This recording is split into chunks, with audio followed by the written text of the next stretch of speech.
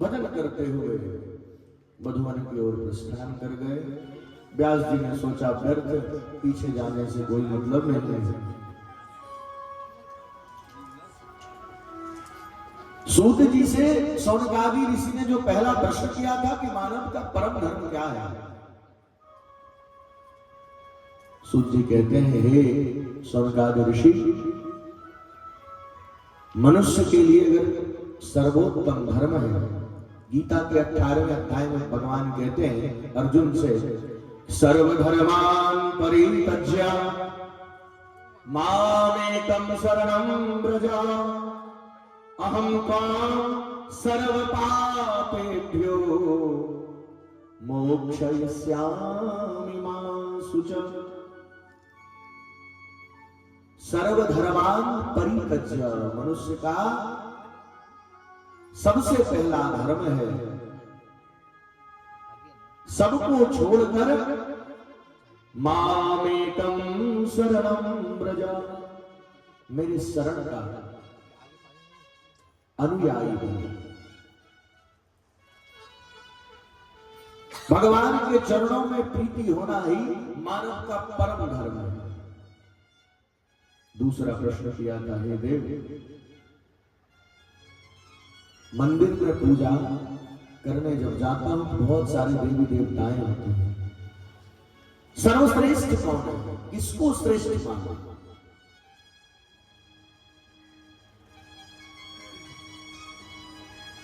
कभी शंकर जी के सामने जाता हूं तो लोग कहते हैं, पंडित जी कहते हैं कि गणेश जी को पहले पूजो, फिर पार्वती जी को, फिर शंकर जी को। मेरे तो आराध्य शिव, मैं क्या करूं?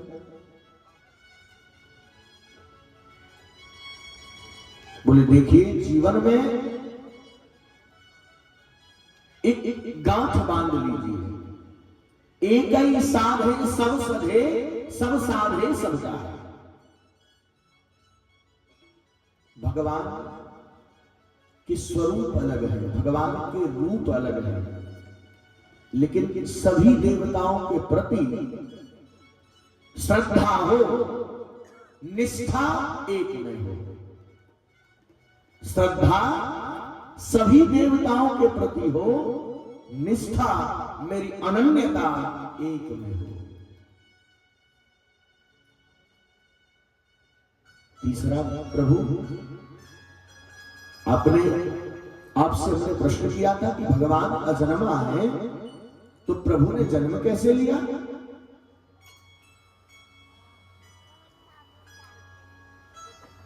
सूत जी कहते हैं, हे ऋषि,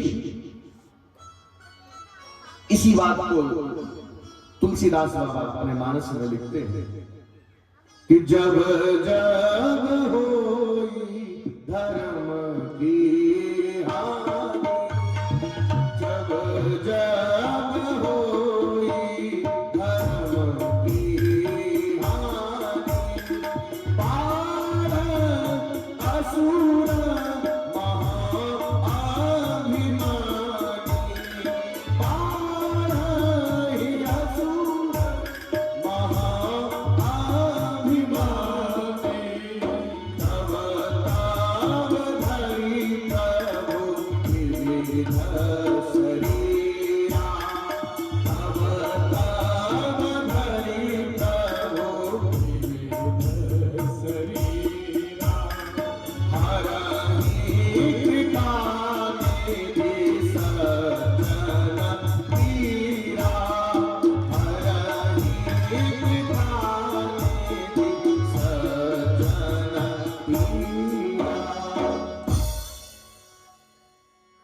भगवान, पहला तो भगवान का जन्म नहीं होता। ऋषिगण, भगवान अवतार लेते हैं। कैसे अवतार लेते हैं? जब जब हो धर्म की हानि, बाढ़ असुर महाभिमानी। जब जब पृथ्वी पर असुरों का आक्रमण बढ़ा है, तब तब मेरे प्रभु ने अवतार लिया, विविध स्वरूप में अवतार लिया। क्यों? जब देवता समर्पण होकर कहते हैं प्रभु अवतार लो, अर्थात अब तार लो, बचाने वाला कोई नहीं है तुम्हारे सिवा, तब प्रभु अवतार लेते हैं। खाली ब और वो का अंतर है। अब तार लो, तब प्रभु अवतार लेते हैं। तो पहला तो ऋषिगण आपका प्रश्न गलत था, भगवान जन्म नहीं लेते। वेद ने सही कहा, भगवान अजन्मा है, वो अवतार लेते हैं। भगवान के मुख्य 24 अवतार हैं।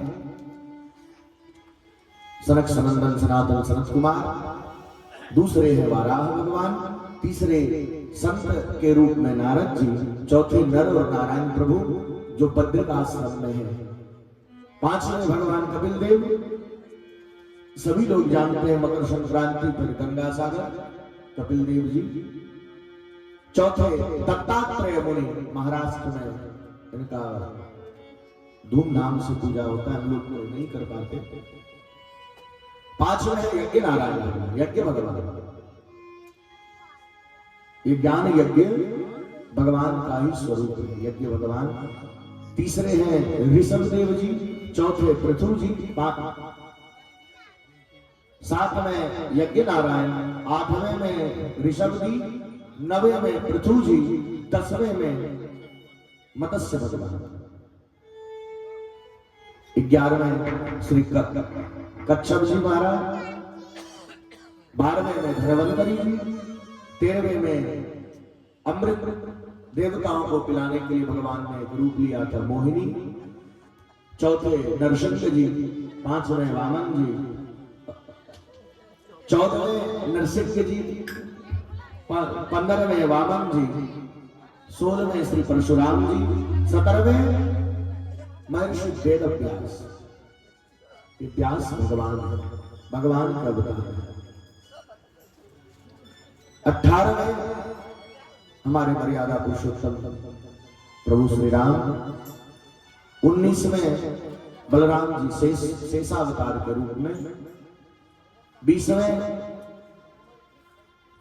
कन्हैया के रूप में, 21वें हरि अवतार, 22वें हंसावतार, 23वें बुद्धावतार और 24वें कल्कि अवतार। इस प्रकार भगवान के 24 अवतार हैं। अवतार लेते हैं, वो जन्म नहीं लेते।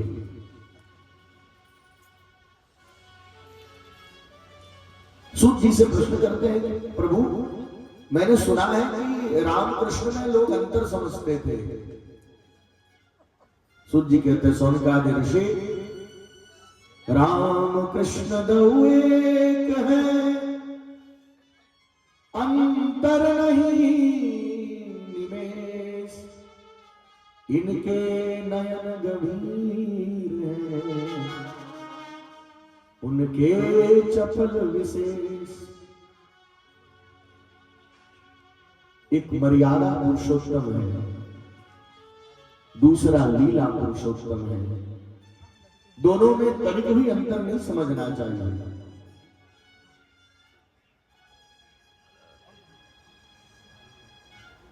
पुनः सूत जी प्रश्न करते हैं, हे ऋषिगण, व्यास पुत्र सुखदेव जो परम वीतरागी हो गए थे, वो लौटकर व्यास जी के पास कैसे आया?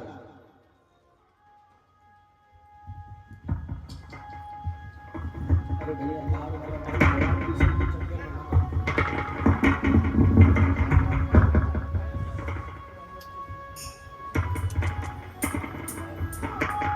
वाली लगा देना, ये बार-बार नहीं अच्छा लगता। ये भागवत भगवान की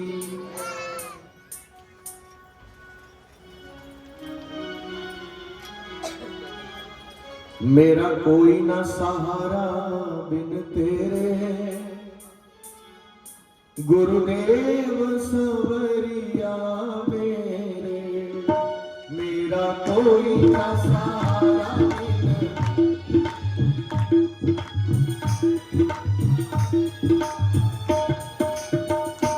गुरुदेव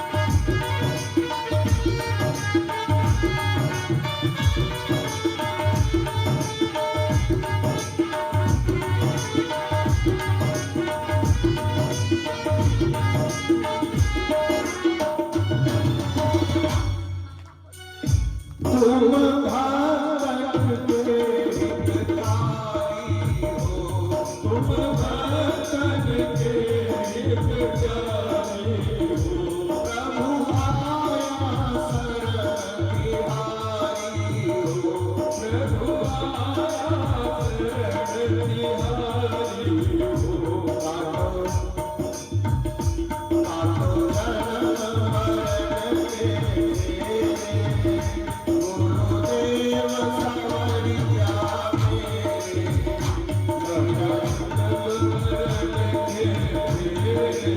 गुरुदेव सवरिया मेरा कोई न सहारा बिन तेरे, गुरुदेव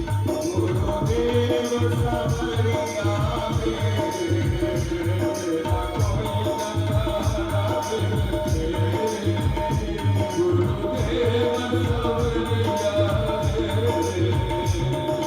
गुरुदेव सवरिया मेरे, गुरुदेव सवरिया मेरे, गुरुदेव सवरिया मेरे।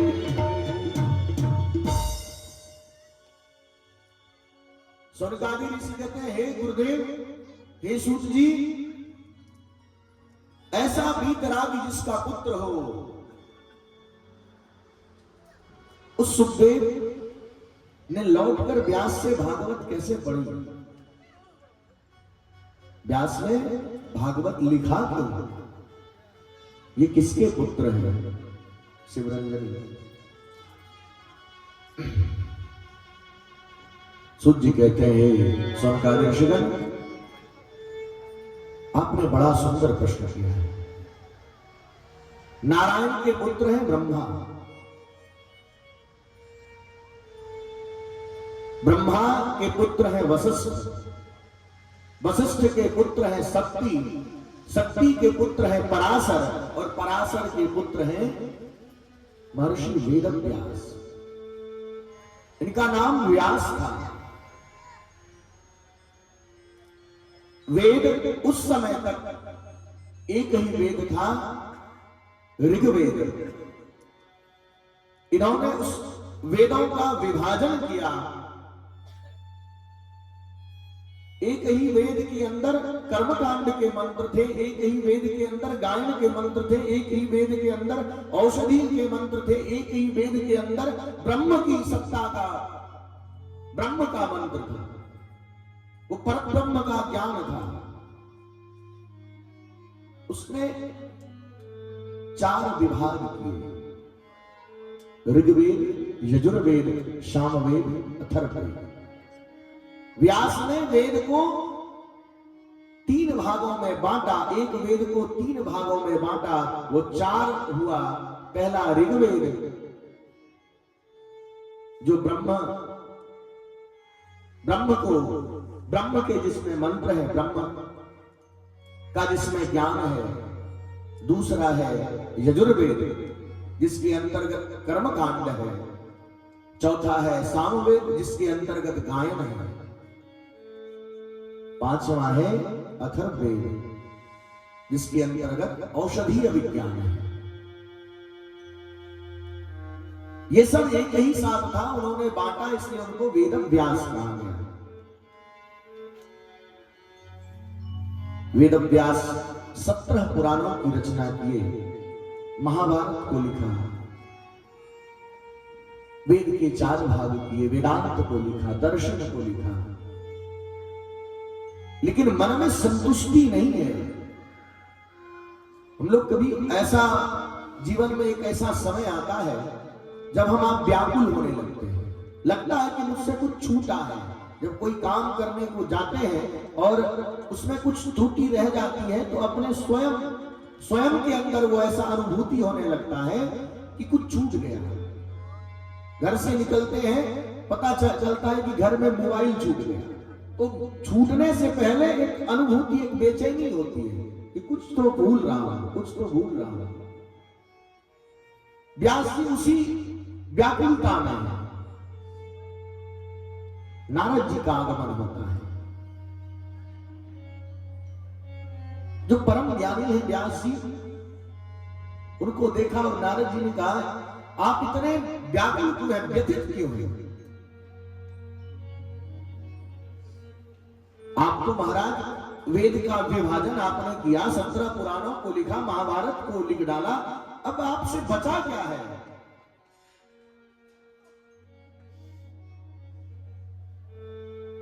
व्यास जी कहते हैं नारद जी कुछ तो बचा है, कुछ तो शेष है जो मेरे द्वारा होना है। क्या बताऊं भगवान, इतने ग्रंथों की रचना की, सदग्रंथों की रचना की, लेकिन मैं तृप्त नहीं हूं। मेरी समझ में नहीं आता, बुढ़ापा आ गई है, लेकिन अब मैं क्या कर सकता हूं? मैं कुछ कर भी नहीं सकता हूं, मेरी सामर्थ्य भी नहीं है, मैं शारीरिक रूप से सामर्थ्यवान भी नहीं रहा।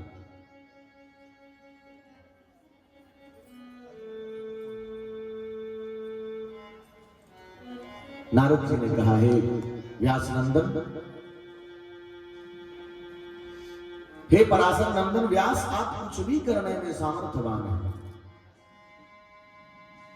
हम कुछ भी करने में, हम जीव भी कुछ किसी बड़े से बड़े तप को कर सकते हैं। अभी हम लोगों ने देखा रामलला की प्रतिष्ठा हुई अयोध्या में, एक 73 साल का 74 साल का व्यक्ति 11 दिन तक जल पी के रह सकता है। ये संत की कृपा, ये भगवंत की कृपा है। नारद जी ने कहा, आप कुछ भी करने में सामर्थ्यवान है, आप कर सकते हैं, अगर संत चरणों का आश्रय मिल जाए। संतन के संग लाग रे, तेरी बिगड़ी बनेगी। नहीं सुनाऊंगा, नहीं कभी सुना दूंगा, कथा आज बहुत है, हो सकता है 1 आध घंटा लूंगी, अभी ले सकता हूं, क्षमा चाहूंगा, आज बहुत कथा है और सबको थोड़ा थोड़ा छूना है, स्पर्श करना है, तो मुझे भी दोष लगेगा, आप लोगों को इस तरह दोष लगेगा। तो नारद जी कहते हैं, अगर संतों का चरणाश्रित आप हो जाते हैं तो जीवन में कुछ भी पा सकते हैं। जब संत की कृपा होती है तो भगवंत पीछे पीछे डोलता है, दौड़ता है। गुरु गोविंद दो खड़े, काको लागू पाए, बलिहारी गुरु आपकी, जो दो गोविंद दियो मिला। तो संत में वो सामर्थ्य है।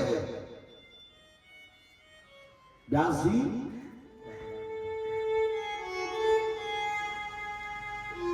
मैं अपने जीवन की कथा सुनाता हूं। मैं नारद कैसे बिना बना, मेरे हाथ में ये देवताओं के द्वारा बिना कैसे मिली। मैं अपने पूर्व जन्म की कथा सुनाता हूं।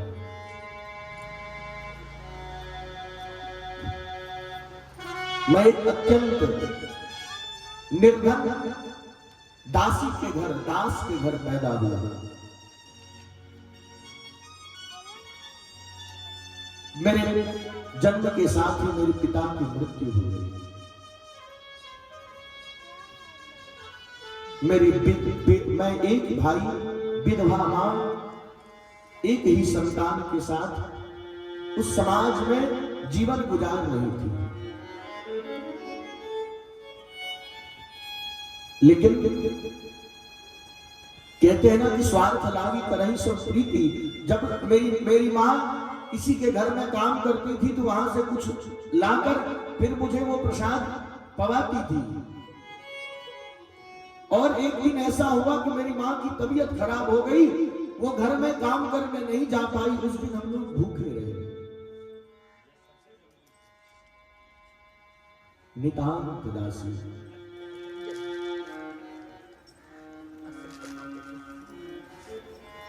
मेरे गांव में, गांव के किनारे एक नदी के किनारे दूसरे छोर पर एक संत की कुटिया है, गृहस्थ संत है। जब हम अपने जीवन से परेशान हो जाते हैं तब संत के पास जाते हैं।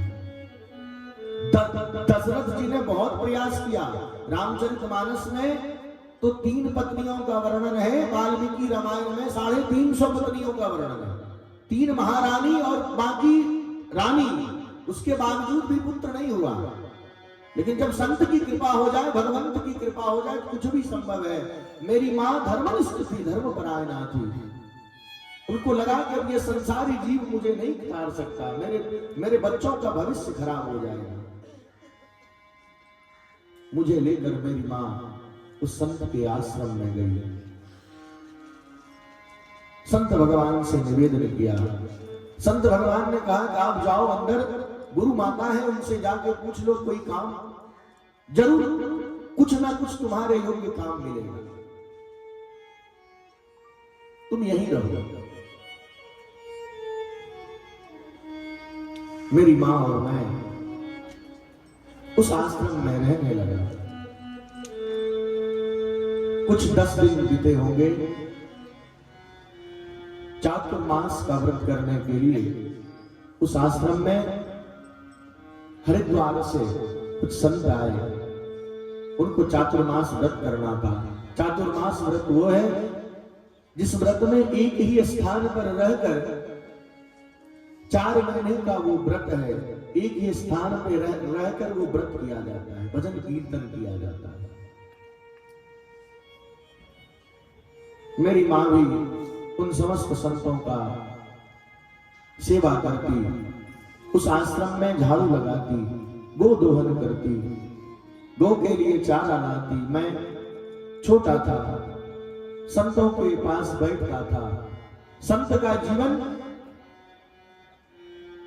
भजन में बीतता है। सुबह से लेकर शाम तक सिर्फ और सिर्फ भजन, सिर्फ और सिर्फ राम, सिर्फ और सिर्फ कृष्ण।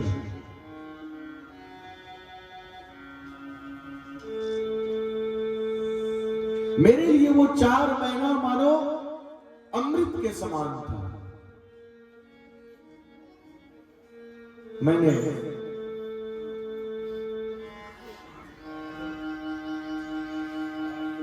राम नाम, कृष्ण नाम का जप करना प्रारंभ कर दिया। 10 दिन बचे थे। चातुर्मास व्रत पूरा होने में 10 दिन बाकी था।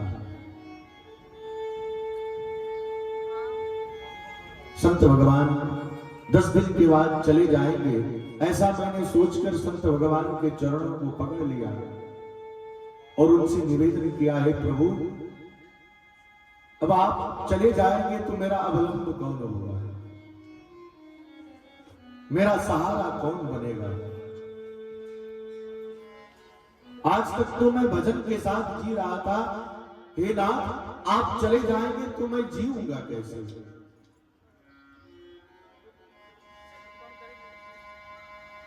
संत भगवान को मेरे ऊपर दया आई। उन्होंने स्वीकार किया कि तुम मेरे साथ चलना, मैं तुम्हें ले जाऊंगा। ये बात मेरी मां सुन रही थी और उसी समय मेरी मां आ गई और मेरी मां ने भगवान के चरणों को, संत भगवान के चरणों को पकड़कर मेरी मां रोने लगी और उनसे निवेदन करने लगी, हे संत भगवान, मेरे जीवन का अवलंब एक ही है, मेरा पुत्र।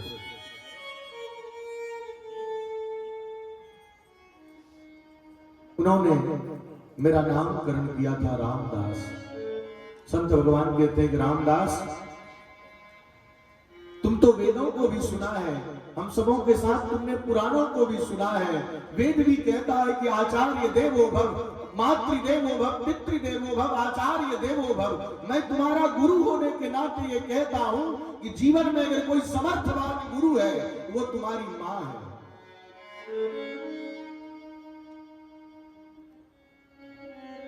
मैं रामदास संत भगवान को निवेदन करके कहा, हे संत भगवान, मैं इस संसार में रहूंगा तो मेरी भजन नहीं हो पाएगी।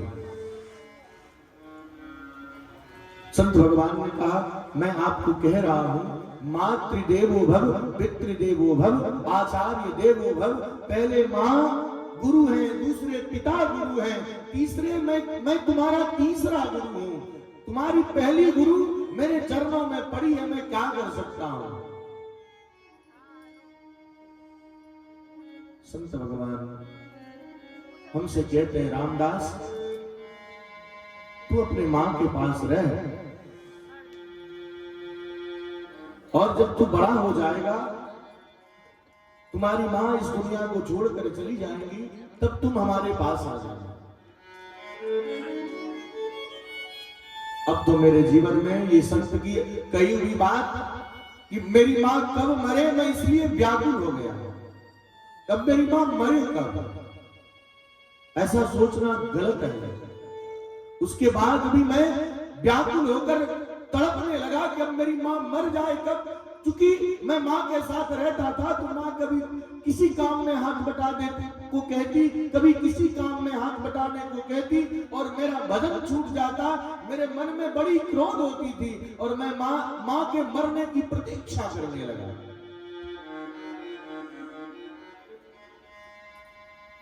भगवान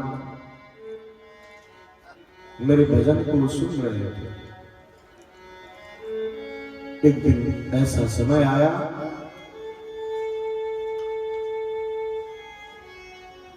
मां गोदोहन के लिए रात्रि का समय था,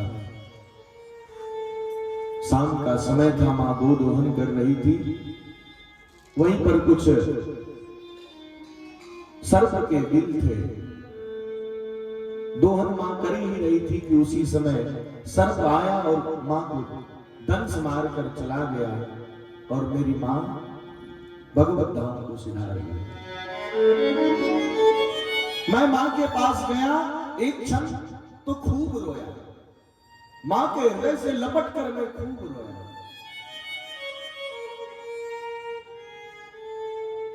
क्यों? संसार में मां एक ऐसी संपत्ति है,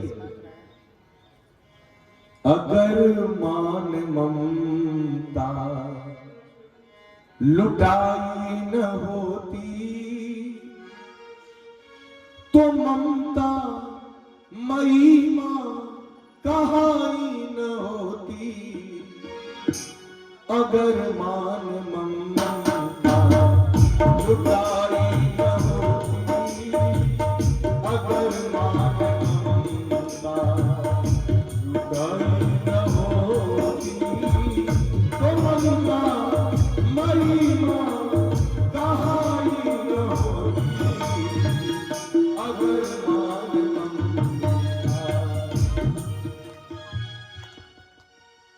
वो मां का ममत्व था, क्योंकि मैंने मां ने मुझे पाला था, मां ने मुझे दूध पिलाया था।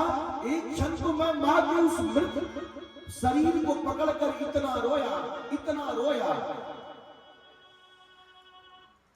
कि गांव के जितने लोग थे सब समझ रहे थे कि अब ये भी नहीं बचेगा।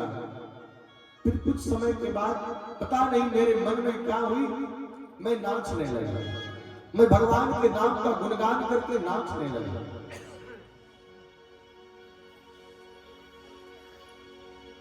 क्या बताऊं, मेरी जो ये स्थिति उस गांव के लोग, उस समाज के लोग देख रहे थे, मेरे समाज के लोग, उसको लगा कि ये बच्चा पागल हो गया। कभी मैं मां के पास जाता रोता, कभी मैं भगवान का नाम लेकर नाचने लगता। समाज की दृष्टि में मैं पागल हो गया। फिर कुछ लोगों ने समझाया, मैंने मां का अंतिम संस्कार किया, और अंतिम संस्कार करने के बाद मैं कहीं नहीं रुका, एक क्षण भी मैं कहीं नहीं रुका। मैं सीधे बद्रिकाश्रम को गया और भगवान का भजन किया। भगवान का इतना भजन किया, भजन के प्रभाव से आकाशवाणी हुई कि रामदास, मैं तुझे इस जन्म में तो नहीं मिल सकता, क्योंकि तेरे कुछ कर्म ऐसे रहे हैं, मैं तुम्हें इस जन्म में तो दर्शन नहीं दे सकता, लेकिन मैं तुम्हें आशीर्वाद देता हूं तुम्हारा जो जन्म होगा वो मेरे पुत्र के रूप में अवतारों में गिनती होगी, और भजन के सिवा तुम्हारे जीवन में कुछ नहीं बचेगा। तुम सिर्फ और सिर्फ भजन करोगे, और उसी भजन के प्रभाव से ये जो बीना है, देवदत्तमिमां बीना स्वर ब्रह्म विभूषिता, ये जो बीना है ये देवताओं के द्वारा प्रवृत्ति की हुई बीना, जिसमें मैं झंझट करके भगवान के नाम को गाकर अपने को आनंद महसूस करता हूं। हे व्यास जी, मेरे जीवन में संत की कृपा हुई, तभी मैं भगवंत के श्रेणी में आ पाया। अगर संत की कृपा नहीं होती तो मैं भगवंत की श्रेणी में नहीं आता। भैया जाओ,